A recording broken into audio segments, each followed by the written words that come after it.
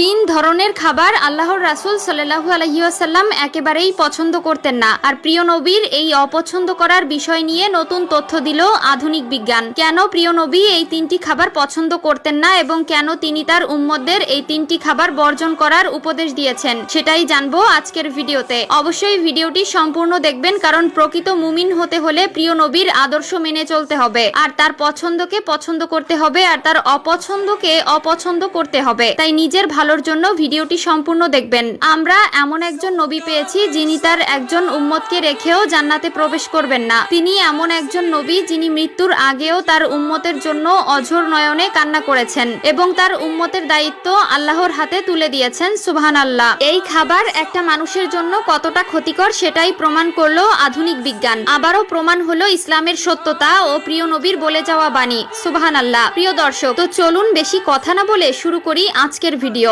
এক নম্বরে হচ্ছে অত্যন্ত গরম খাবার। প্রিয় নবী গরম খাবার পছন্দ করতেন না, কারণ এই খাবার মুখে দিলে মুখ পুড়ে যাওয়ার সম্ভাবনা রয়েছে। বিজ্ঞানীরা বলেছেন গরম খাবার খাওয়ার ফলে শরীরে বিভিন্ন ধরনের রোগ ব্যাধি হওয়ার সম্ভাবনা থাকবে। প্রিয় নবী বলেছেন গরম খাবারের ফলে আমাদের পাকস্থলীতে নানাবিধ সমস্যা দেখা দিবে। 2 নম্বরে প্রিয় নবী বাসি খাবার খেতে নিষেধ করেছেন এবং তিনিও এই খাবার অত্যন্ত অপছন্দ করতেন। বাসি খাবারের ফলে শরীরের মধ্যে বিভিন্ন ধরনের ভাইরাসের আক্রমণের সম্ভাবনা থাকে এবং এই খাবার থেকে অতি দুর্গন্ধ আসার জন্য প্রিয় নবী অপছন্দ করতেন। যে খাবার রাতে রান্না করা হয়েছে এবং সকালে বাসি হয়ে গিয়েছে সেই খাবার প্রিয় নবী পছন্দ করতেন না। 3 নম্বরে হচ্ছে যে খাবারে গন্ধ আছে, যেমন কাঁচা পেঁয়াজ, কাঁচা রসুন, অতিরিক্ত মশলা জাতীয় খাবার ইত্যাদি। প্রিয় নবী এগুলো পছন্দ করতেন না। প্রিয় নবী বলেছেন যে ব্যক্তি কাঁচা রসুন অথবা কাঁচা পেঁয়াজ খেলো এবং তার থেকে গন্ধ সৃষ্টি হলো, তার কাছে রহমতের ফেরেশতারা আসে না। ফেরেশতারা এইসবের গন্ধ সহ্য করতে পারে না, তাই